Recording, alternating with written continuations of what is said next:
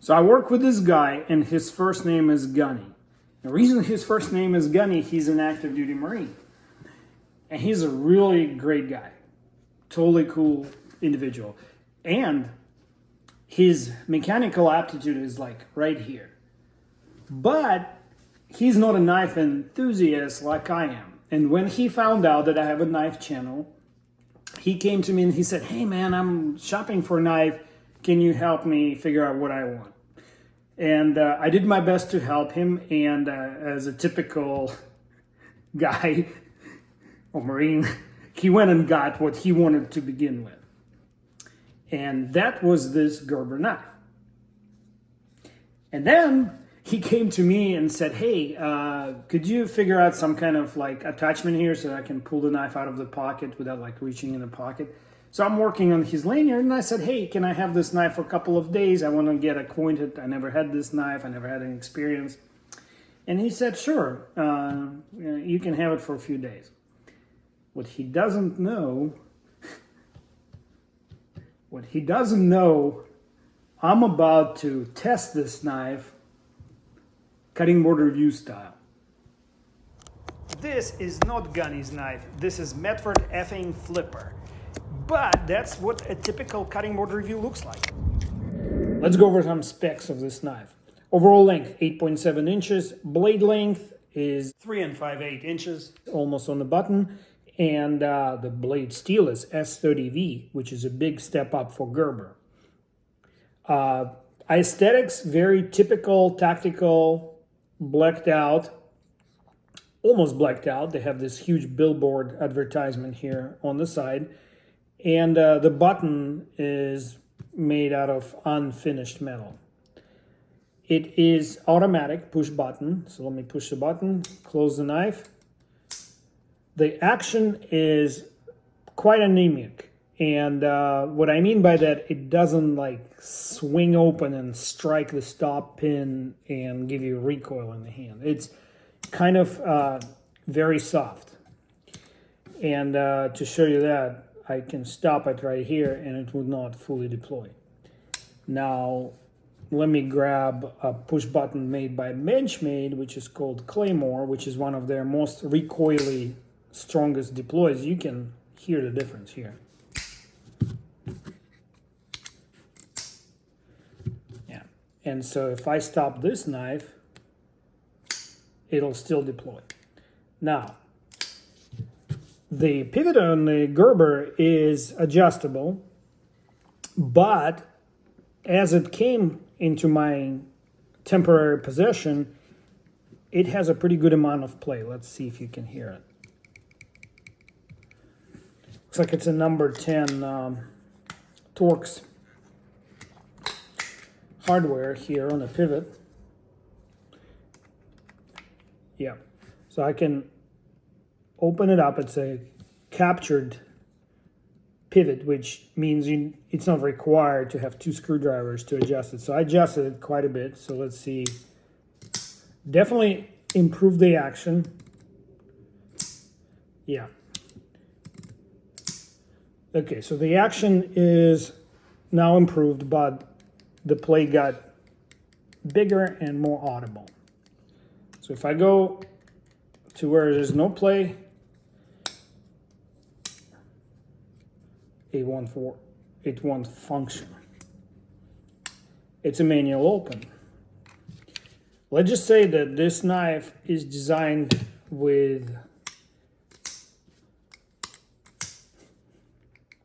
some clearances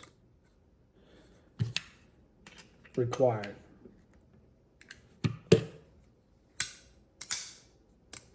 That's how it's supposed to sound, and it's how it's supposed to act. And if the knife works in the end, that's all that matters. It's time. Let's go out there and test it. Gunny, I promise if I break the tip on this thing, I'll get you another one. Not that you would want a knife that cannot take 25 little strikes on the tree with some prying involved. As you can see, I am not pulling any punches. This blade is 130 40,000 thick, but at the tip it's 40,000. Pretty thick tip. Pretty freaking awesome, robust tip, if you ask me. This is a good sized knife, so it's definitely deserving of a good sized test. And to do the type of testing that I'm planning, I need me a club. So to avail myself of a club, I'm harvesting this recently broken off branch, which is still, pretty fresh. And it's going to be hardwood, it's not going to break on me, but it can be pretty tough on the blade. And I know there'll be all kinds of comments telling me that knives are not intended for this type of work. But let me ask you this. Have you ever seen a Marine in action? Clearly, folks at Gerber did, because they overbuild this knife and they advertise it as such. So, feel free to comment, but I guess what I'm trying to say here, this knife belongs to an unstoppable individual, and who knows what he will use it as.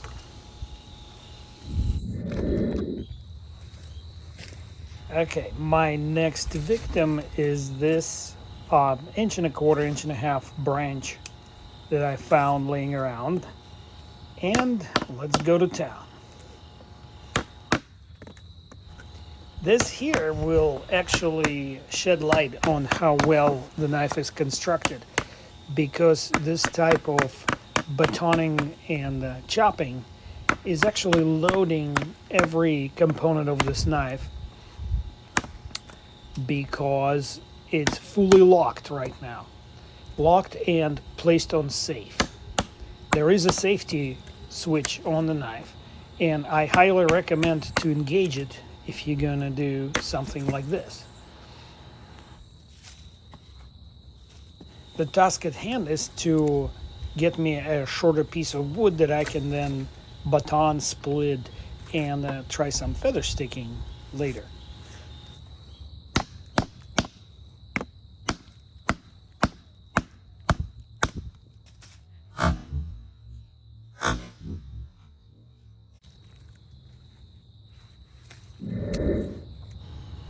It is necessary to split wood in order to get some kindling for starting fires. And in my opinion, a knife is the safest way to split branches. Even if I had a hatchet handy, I would still use my knife to do this. This is a relatively thick blade, but the edge Gerber put on it is only 18 degrees per side, which is pretty acute for a heavy-duty knife. And that makes feather sticking pretty easy task. The reason to feather stick a piece of wood is to dry it. This chunk is slightly humid, so it wouldn't catch fire if I didn't do the feather sticking. But these feathers create air veins, and so when you light it on fire, a lot more heat is produced this way. And then you can start a next one, and the next you would need probably 10-15 of these feather sticks to start a wet fire. And yes, I do carry a lighter with me all the time, even though I don't smoke, because it's like a 25-cent insurance policy. Yes, they're $4 for $1 at a dollar store. And time to do a function check on the knife. Let's see if I damaged it. Okay, the play didn't get any bigger. There's no vertical play, which is something I was concerned about. And if it did develop a vertical play, I would have to replace this knife for my friend. So now I disengaged the safety, and I'm doing some spine whacking on this knife to see if the button lock will unlock when stressed in the direction that it's not designed to be stressed in. Not a problem for Gerber 06 Auto. Gunny, I know I did unauthorized things to your knife. Please don't kill me because, you know, I got this dog to feed and she'll be really, really sad if, you know, offed me somewhere in the woods. Let's examine it in the comfort of my studio. I think maybe I should clean it. Wouldn't it be funny if it functioned better now than before I did all this to it?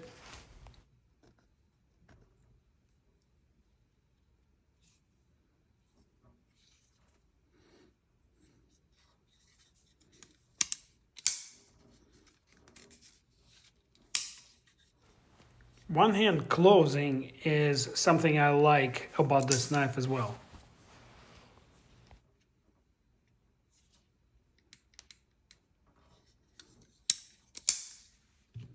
Even though S30V steel is excellent blade steel, I noticed that this edge was machine ground at the factory. And when they do that on a fast moving belt, they sort of quote unquote burn the outer layer at the edge. That means that when you go to use it for the first time, your microfracturing will occur right at the edge and the knife will dull, as you can see here. I was planning to sharpen it for the Gunny anyway, but now I'm kind of have to. I applied some oil to the blade to let it soak in and hopefully separate the wood particles that are stuck on there. There are surprisingly few side automatic knives in the market that are robust enough to challenge the Gerber, starting with this Benchmade Auto Adamas that has an axis lock and a crew-wear blade. The knife is slightly heavier, but also the blade is a little longer than that of the Gerber. This next one is a Kershaw Launch 1. While it looks like a lighter duty knife, I'll assure that it is not. The blade thickness is the same as that of the Gerber, and the frame is solid aluminum. CPM 154 steel on the blade, which is a very well balanced stainless knife blade steel. And last but not least, by far, is Benchmade Claymore, full-size Claymore with a button lock and a safety, and the blade made out of powder metallurgy D2. It is not the same as inexpensive Chinese D2 that you see in the market. American steel, a very robust knife for the lightweight. It's constructed out of the same polymer as the Sig Sauer pistols that military is currently using. After some cleaning, the blade looks like new. Or at least I hope Gunny will think it looks like new. That's been bothering me since I picked up this knife. The sharpening choil on this Gerber is terrible. The good sharpening choil is there to allow you to stone sharpen or fixed angle sharpen the knife. It goes into the flat of the blade so that the stone doesn't hit anything when you sharpen it. This Gerber has a terrible edge termination. Not only did they leave an unsharpened piece of material called a shark tooth, the edge would have plunged right into that plunge line of the primary grind. The material is so much thicker there that if you went to sharpen it on a stone of fixed angle sharpener, you would mess up the blade. Because the lack of proper sharpening choil would not allow you to keep consistent angle. So, what happened to this knife overnight? Overnight, I got it sharp. First of all, I removed some material here to make the sharpening choil actually function as a sharpening choil. Now it goes all the way to the flat of the blade where Gunny will have many sharpenings that he can do. Probably at least 10, 15 more sharpenings before he gets into any thickening of the metal here. So this edge will stay nice and consistent throughout the life of this knife. Gunny, I'm sorry I removed some metal from your knife, but I just couldn't stand it. Look at this. Before anybody gets heart palpitations, I kept the choil depth the same as the original, so there's no weakening of the blade. Here is the close-up so you can clearly see the difference, and I was even able to restore the oxidizing to the best extent possible where the metal was removed. What I did is I removed the factory burnt edge, you know, that rough edge that the factory puts on the sand belt. And I kept the same angle. So angle was 18 degrees per side, or 36 inclusive. I kept the same angle because I felt it was sufficient for this thickness of the blade. I didn't need to take it any lower. Just to put some icing on the cake, I added a micro bevel at 20 degrees. The purpose of a micro bevel being adding stability behind the apex of the edge. I put a 20-degree micro bevel, so I added about 1.5 degrees, 2 degrees per side. And the reason I did that is now Gunny will be able to sharpen it on a guided sharpener that a number of companies sell their 20-degree sharpener, so he does not have to invest into like a whole fixed angle professional level sharpening system. A paper towel test. This separates almost sharp knives from really sharp knives. Let's see if I can run a straight cut on this.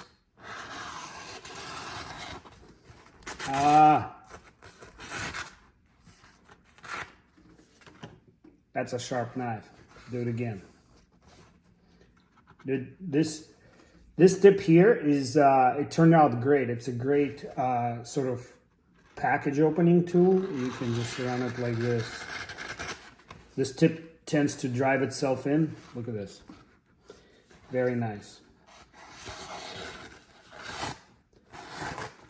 I feel like I might have to touch up our little hot spot right here.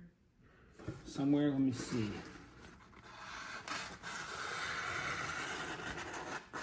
No, it's just the change of an angle. All right, we're gonna call it sharp enough.